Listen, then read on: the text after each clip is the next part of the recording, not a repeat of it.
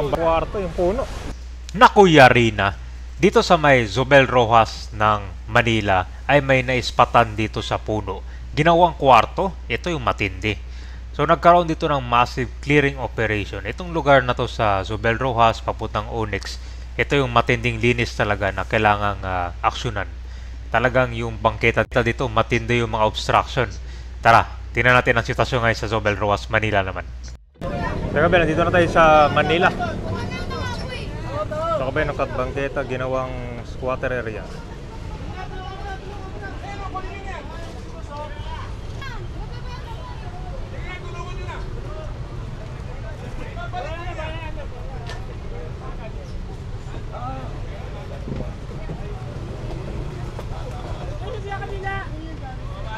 Ano pala ito? Ginawang kwarto yung bangketa.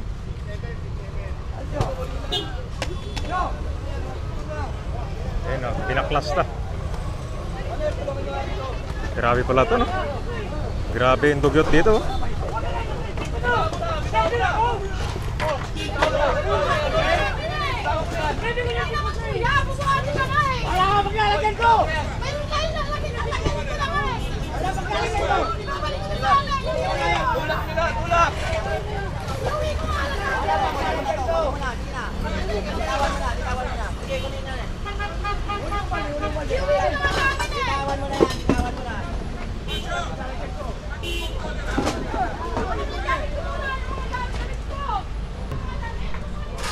Kwarto yung puno.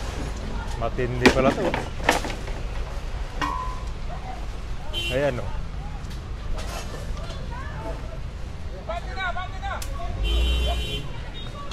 Matindi ka ba yun? So sa taas din, meron din sila nilagay mga tarapal. And then mga dito na rin sila nagluluto.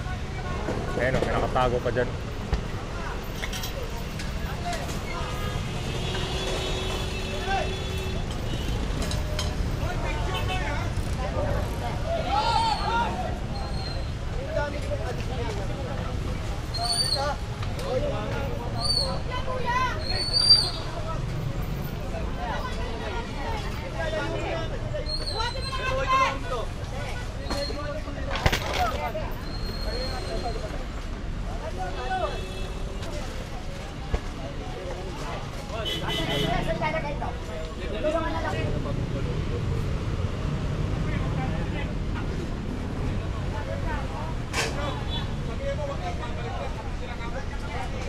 Eh, problema ito kabayan kapag ginawang tirahan to, tinan mo.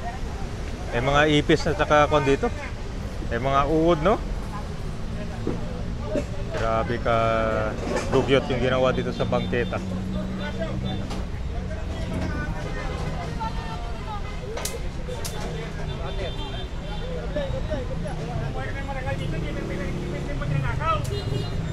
Puntang ko to sa Osmeña Highway. Dito kalawak yung bangketa dapat to. Ganyan.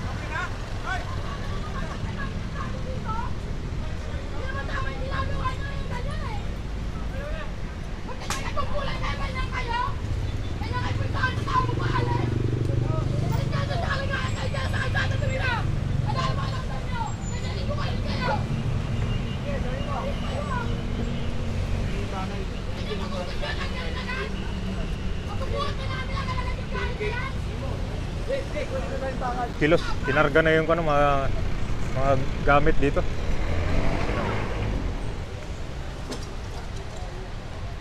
Tinatanggal na yung mga gamit dito. Nandito na tayo sa Zobel Rojas. Ito po yung papuntang JP Rizal na. At mapapansin mo dito sa kalsada, puno ng mga obstruction. Karamihan kasi negosyo dito, yan yung mga junk shop eh. Dito na lang nila iniimbak yan sa bangketa. At ito naman yung araw-araw nilinis ng Manila. Ito, inambakan na ng basura yung bangketa. Ito yun sa may Zobel Rojas pa to eh. What pala to dito? Junk shop. Tinatapon yung basura. Tapos grabe yung langis oh.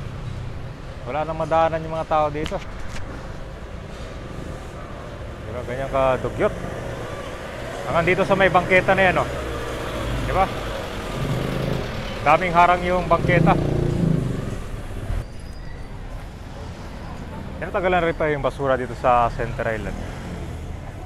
Ito kabayan, boundary na ng kanyan sa Makati dyan sa Cavite. Ganyan kadami oh. Harap ng banta na rin nila eh. Junk shop dito iniwan.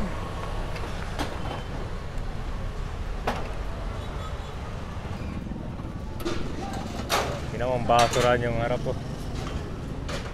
Junk shop kasi yan. Ito yung inaayos sila dito sa may Center Island at saka yung bangketa. Tingnan mo.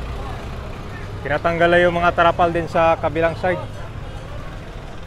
Tingnan mo to dito. Yung mga naglalagay kasi ng mga extension dyan. Ayun tinatanggal nila. Bangketa kasi to. Ilang beses na clearing pero hindi pa rin tinatanggal. Oh.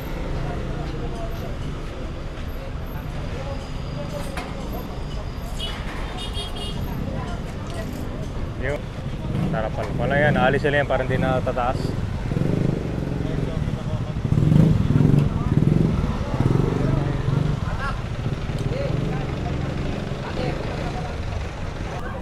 Grabe yung binaboy dito oh. Ayun oh, pinagbabaklas na. Hindi may pinagkaiba, malinis na oh. Ayun na, grabe yung dugyot no. Yun ang imbakan. Marami talagang kailangan lisin dito sa Yorme kabayan. Ikutin mo yung buong Manila. Zobel Rojas, isa sa pinaka-dugyot. Yun oh, may mga uod no. Oh, grabe, namuuna sa katagalan ng mga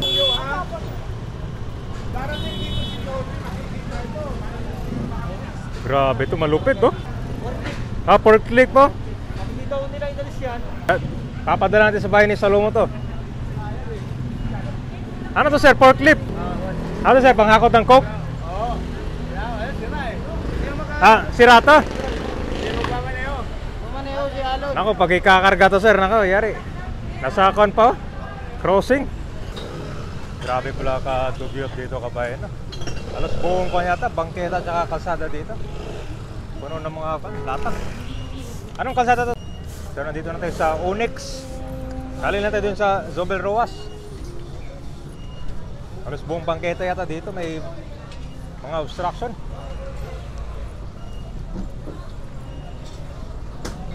Kulang tong truck dito kabayan. Alam mo, sasakay ito lahat dito. Wala, sa kalsada talaga maglalakad yung mga tao dito eh.